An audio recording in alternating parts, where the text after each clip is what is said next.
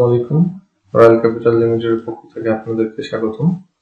Capital আপনাকে এখন ওয়েবসাইটের মাধ্যমে দিচ্ছে ব্যাংক অ্যাকাউন্ট ইনফরমেশন আপডেট করার সুযোগ, আপনার মোবাইল নাম্বার আপডেট করার সুযোগ, আপনার অ্যাড্রেস আপডেট করার সুযোগ, আপনার ইমেল ঠিকানা আপডেট করার সুযোগ এবং আপনার টিন সার্টিফিকেট আপডেট করার সুযোগ। তো এর জন্য আপনাকে প্রথমে যেটা করতে হবে, আমাদের ওয়েবসাইট royalcapitalbd.com এ ভিজিট করতে হবে। করার পর মেনু থেকে লগইন রেজিস্টারে ক্লিক করতে হবে। লগইন বাটনে ক্লিক করার পরে আপনাকে আপনার ইউজার নেম এবং পাসওয়ার্ড দিয়ে লগইন করতে হবে। এখানে ইউজার নেম হচ্ছে আপনার ভিউ অ্যাকাউন্টে থাকা মোবাইল নাম্বারটি।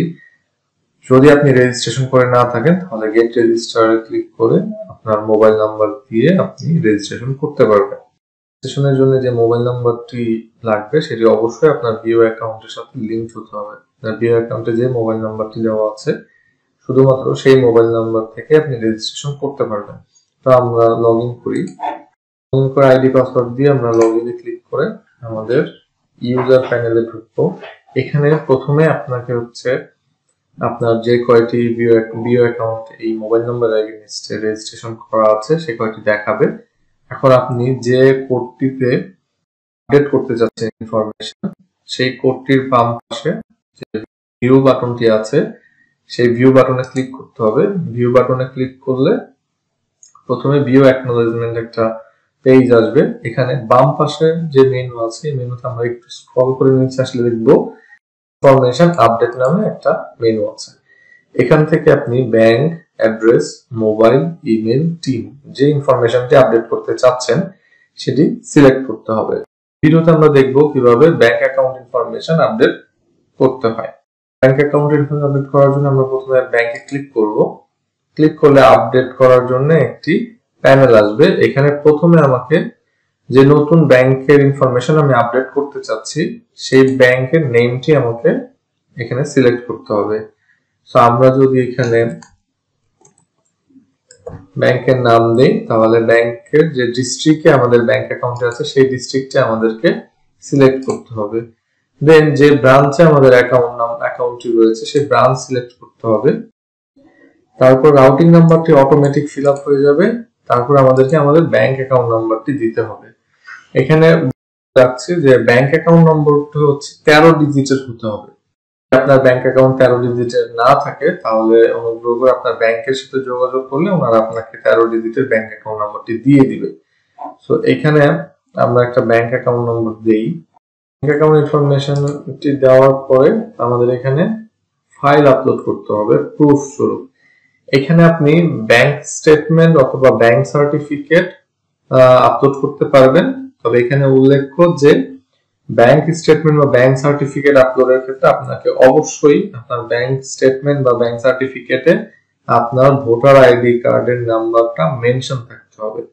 অথবা আপনি চাইলে আপনার ব্যাংকের যে ইস্যুকৃত এম.আই.স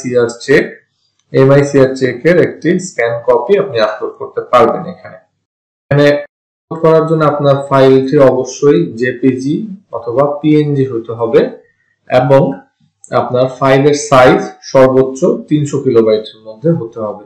300 কিলোবাইটের বেশি অথবা জেপিজি পিএনজির বাইরে অন্য কোনো ফাইল ফরম্যাট এখানে সাপোর্ট করবে না। সো চুজ ফাইলে ক্লিক করে আপনি ফাইলটি আপলোড করবেন। আপডেট করার পরে এখানে আপনাকে গেট ওটিপি তে ক্লিক করতে হবে। গেট ওটিপি তে ক্লিক করার পর আপনাকে একটি ওটিপি দিবে। আপনার রেজিস্টার্ড মোবাইল নাম্বারে ওটিপিটি যাবে। সেই ওটিপিটি আসলে এখানে এন্টার ওটিপি যে বক্সটি আছে সেই বক্সে আপনাকে ওটিপিটি দিতে হবে এবং ওটিপিটি আপনার রেজিস্টার্ড মোবাইল নাম্বার এবং আপনার ইমেল অ্যাড্রেসে যাবে। ওটিপিটি রিসিভ করার পরে ওটিপিটি এখানে এন্টার করে বা লিখে সাবমিটে ক্লিক করতে হবে। ইতিমধ্যে রয়্যাল ক্যাপিটাল থেকে একটি ওটিপি পেয়ে গিয়েছি। সো আমরা এই ওটিপিটি এখানে দিব, দিয়ে সাবমিট বাটনে ক্লিক করতে হবে। সাবমিট বাটনে ক্লিক করার সাথে সাথে এখানে একটি আপনি নোটিফিকেশন পাবেন, your request has been submitted. যদি কোনো কারণে সাবমিশনটি কমপ্লিট না হয় তাহলে সেটিও এখানে নোটিফিকেশনটি পেয়ে যাবেন।